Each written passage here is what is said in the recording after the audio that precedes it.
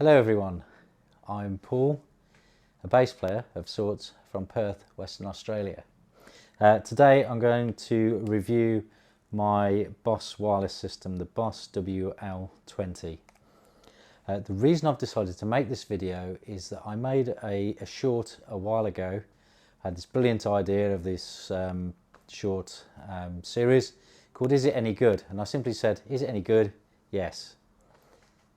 Doesn't really help anyone, and I've realised that was a pretty terrible idea now.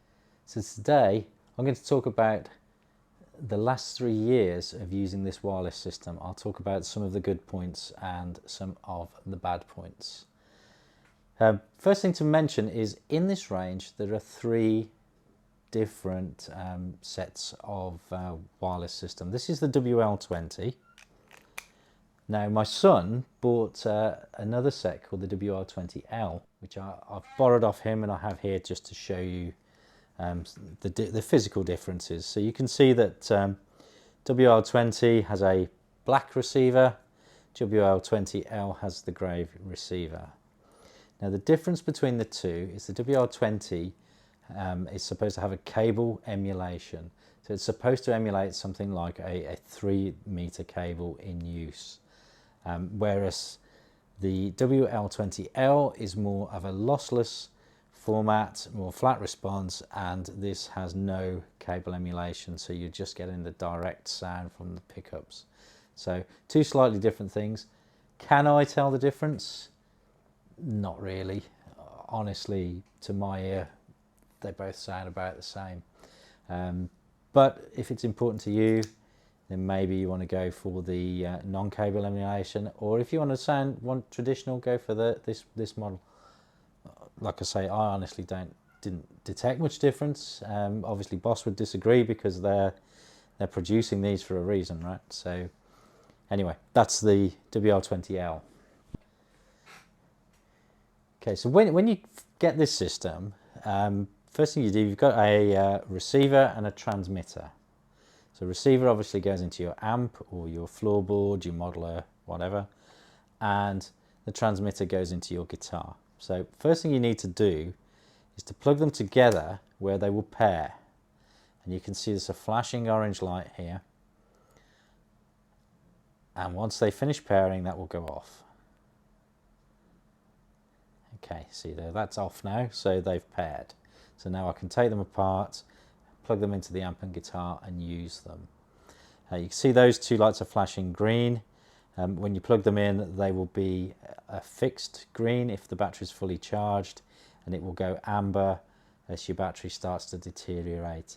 And I think it goes red if it's critical, but I've got to say I don't let mine get to that position. So when it gets into the amber, I know it's going to need recharging soon. The second light on the receiver is just the connectivity light, and that will be blue when it's connected to a transmitter. Okay. Now, what my son and I found when we were playing in a band together was that I'd pair mine, he'd pair his, we'd plug them in, and they'd end up on the same channel. So I think, from memory, there's something like 10 or more channels that these things can operate on. So it means you can have, you know, many pairs of these in the same venue, right? Depending on what else is in the venue using wireless. So we had the problem where bass would come through the guitar amp, guitar would come through the bass amp, or both. So obviously suboptimal for a gig. Now what we found, and it's pretty obvious really, is that if you pair one set first, plug them in, so plug it into your amp and your guitar and make sure they're connected, then pair the second pair of receiver and transmitter, then that will negotiate a different channel, so they will operate independently as designed. And then you're free, go and do your gig, and you're good to go. And as long as you don't keep pairing them or disconnecting them, you should be fine. But it was just something to be aware of, so we did have that problem. Now the second issue that I found with these is when you come to use an active guitar or bass. So here's my active G&L bass here. So I would plug this into my amp, and I plug this into my bass. I'll play you a bit of an audio. So I've recorded some audio which I'll play now. And you can hear that, can't you? And you get that with a lot of active guitars or basses. Now, not all of them. So I've got a Yamaha, and I can plug this directly in and I don't get that problem. But with a lot of active guitars or basses, you do get that issue. So the way to resolve that is to get yourself just something simple like this. This is just an angled connector, and you can see it's got a male and a female, and you'd simply plug that end into your guitar, plug the receiver into that, and now it will work fine. And again, I'll play you a little bit of audio. You can hear it working the way it should. Okay, now obviously what happens with this is you can see it moves about, so it's not ideal. So I tend to just rest it on the bass like that, but if you move around on stage a lot like I do, you'll find this thing swings about, ends up hanging down around here. Not ideal. You might be able to put together a cable and maybe strap this or tape this to your strap. You know, not ideal, but you could put a bit of gaffer tape on there as well, but really not the best. So just a thought, if you're using active basses or guitars, that might be a consideration for you when using this system.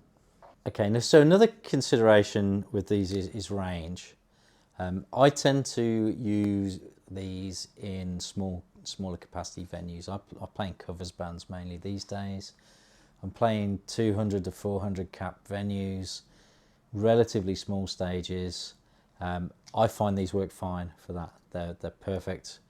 I don't get tangled up in my cable, which is the reason why I wanted a wireless in the first place. So it's not that I go walkabout on a massive stage or anything like that. You know, if you're playing big stages, if you're playing stadiums, you're not going to want these. If you're professional, you're probably going to have a Shure wireless system or something else professional, right?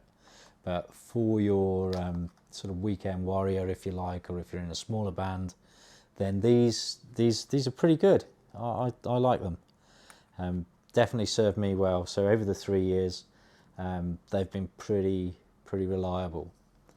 The way that these charge is, you can see here there's a little port. So you plug the two together, and it comes with a little cable that you connect into a USB charger, like an iPhone charger, for example.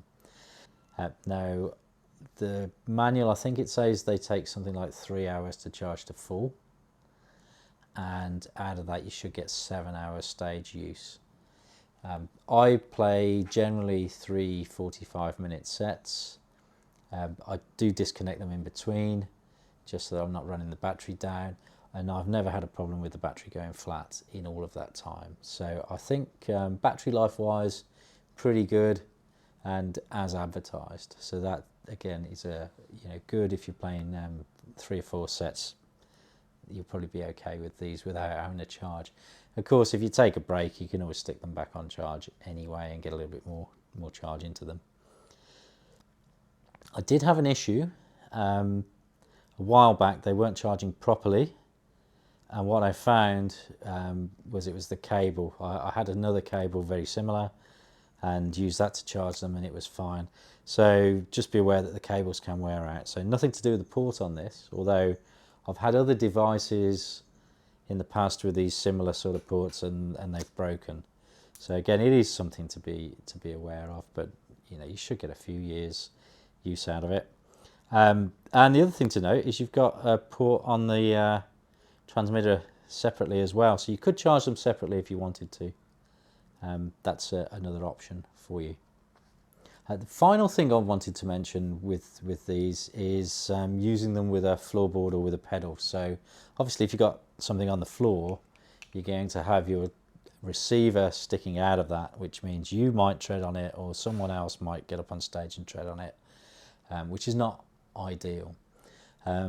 Boss have got in this range something called the WL-20, which uses the same transmitter but has got like a pedal sized receiver that you can plug into your pedal board. That might be a better option for you if you're using a board rather than having your transmitter sort of sticking out and being vulnerable. So just again something to be aware of. So in summary, I think these are really good for my use case, those smaller venues, not too big a stage. If you use these, let me know how you got on with them in the comments. If you found this video useful, consider giving it a like. That might help me with my channel, just give me a bit of encouragement to make more content. I'm generally making content about music, about bass gear, the things that interest me. Anything that I review on here, I've purchased myself. My channel is not big enough for people to give me freebies or anything of that nature. So I've bought them, used them myself. So these, for example, they cost me 289 Australian dollars, and I think now they're retailing for 300 and something. So if you're interested in that sort of content, consider subscribing to the channel, and maybe I'll see you in the next video. But otherwise, thanks very much for your time. Thanks for watching, and I hope you found it really useful.